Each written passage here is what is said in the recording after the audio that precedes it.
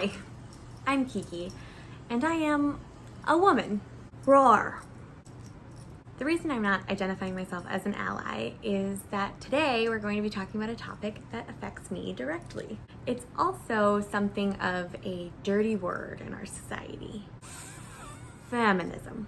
I first want to acknowledge that my experiences with feminism and just being a woman come from a place of privilege. And any personal experiences that I might share are nothing compared to what faces women of color, particularly Black women, or trans women, particularly Black trans women. So while I will try to remain inclusive of the vital importance of intersectional feminism, I am shockingly not the expert on the subject, so I will be providing resources. Because I know this can be an inexplicably touchy subject, I wanted to start, as I sometimes do, by defining the word feminism. Feminism. Noun. The belief in social, economic, and political equality of the sexes. That's it. It's not about man-hating or believing women are superior. And they don't force you to stop shaving your armpits the second you claim the word. That was a joke, but I think it's important because there is no one right feminist way to dress or act or live your life. So now, understanding the meaning of the word, I know you all went, aha, I am a feminist. Because if you didn't, that would mean that you don't really believe that women are equal to men, in which case you might want to get back into your time machine to the 1800s. Now, much like with systemic racism, one of the biggest problems that I come across when discussing feminism with other people is their unwillingness to recognize that equal rights for women are still an issue. I've had people argue with me that the wage gap isn't real and use powerful women as examples that there's no problem. But also, much like with systemic racism, I like to bring up that so many key advancements for women's rights happened so recently that it's willfully ignorant to assume that it automatically solved the problem. My personal favorite is that women couldn't have a credit card without their husband's co-signature until 1974. So single or divorced women were essentially screwed financially. And sadly, much of true equality, and perhaps more importantly, equity, stems from the ability to be financially independent and solvent. Yet another relevant connection to systemic racism. So once again, imagine how much fun it must be to be a Black woman. Now, as a little white girl in the coastal suburbs, I was always told I could do and be anything I wanted and to never let my gender stand in the way of my dreams. And for the most part, it hasn't really been a stumbling block for me. Privilege. And I was an overachiever from a very young age. But when I hit middle school, or that psychological torture chamber of being 11 to 13, I had an experience with a boy I had a crush on that really bored into my psyche. And he said something to the effect of, "Well, Kiki's not really a girl, she's too smart." Today, that comment fills me with rage and perhaps pride in equal measure. But as an awkward pubescent girl with a gap tooth, it kind of sent me into a tailspin. That perception that women can't or shouldn't be smart is clearly anti-feminist. And I now know that I would never want to be with anyone who thought that way. But I spent more years than I'd care to admit dumbing myself down to make men more comfortable or to be perceived as more attractive or, I guess, feminine. That was really a double-edged sword, since later in life I found it hard to be taken seriously because of my bubbly and hyper-feminine presentation. In professional environments, I have been talked over and mansplained to by more men than I can count, and have often had that thing happen. You know when you present a great idea in a meeting and no one really reacts, and then it's parroted back to the group by a man and all of a sudden it's the greatest idea they've ever heard? You know that thing? Also, yes, mansplaining is a real thing. I don't mean that whenever a man explains anything to a woman that it's mansplaining. Get over yourself. But when a man, who by nature of their life experience, where their capability and intelligence were never questioned, explains something to a woman that she objectively knows more about, that is mansplaining. There are men out there who are not gynecologists explaining menstruation to women.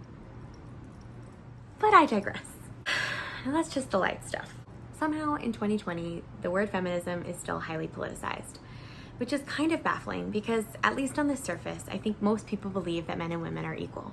But I think the reason that it still feels like such a partisan issue is the matter of reproductive rights. Now, this is a topic that I am very uncomfortable discussing because, as I've mentioned, I hate confrontation, and I have people in my life on wildly opposing ends of the spectrum on this issue. It is so divisive and polarizing. I think because there's so much emotional language wrapped up in it that people are unable to be truly objective. I myself have gone on a long journey with this issue, and I will try to sum that up as quickly and painlessly as I can. Up until a couple of years ago, I considered myself pro-life because I am anti-abortion. But I can now see that adopting the label of pro-life was really because I wasn't very politically informed. Pro-choice is not pro-abortion. It is pro-choice. I know tons of people who are pro-choice but still personally anti-abortion. There are several things that are legal or that I even think should be legal that don't necessarily align with my personal morals. I'd like to believe that I would never have an abortion because of my religious and emotional feelings about it, though I can't say for sure. And I certainly don't judge anyone who has. Because for the 1 in 4 women who have had or will have an abortion in their lifetime, it's not a callous act like we're often led to believe. Consequently, that 1 in 4 statistic is the same as women who will experience sexual assault in their lifetime, which was only classified as a misdemeanor until the 70s, but I'm getting off topic. The religious right does a really good job of using evocative phrases like killing babies. That obviously horrifies a lot of people. I would consider myself the religious left. I find that there are 2 main groups of pro-life Americans: old white male lawmakers and middle-aged 2 old white women.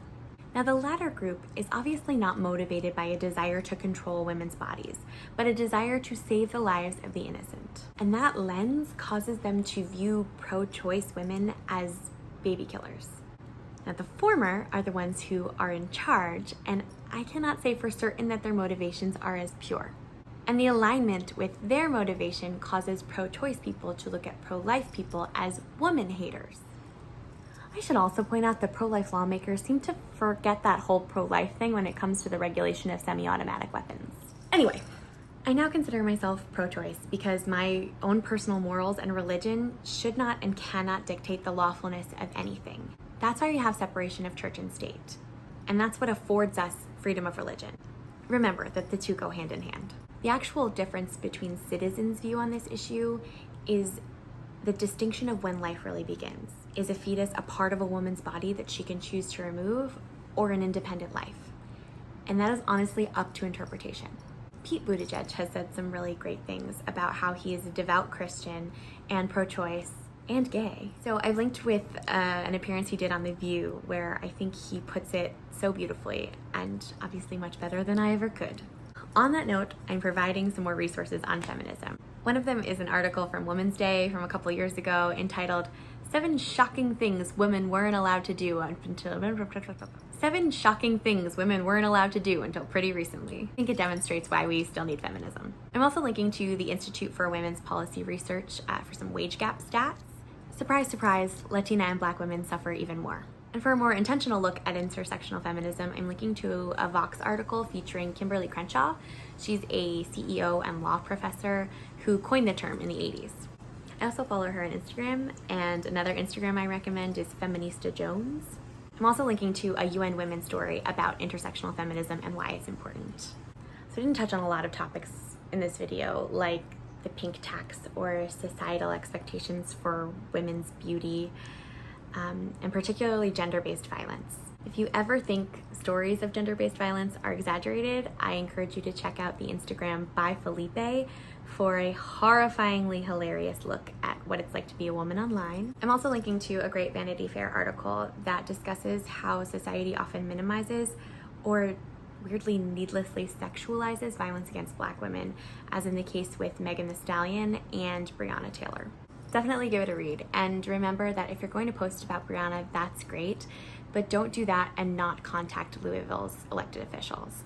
I'm linking to a Rolling Stone article as well that has a list of resources for how to really take action for her. Once again, I should point out that I'm an American, so these examples are nothing compared to what's going on in other countries.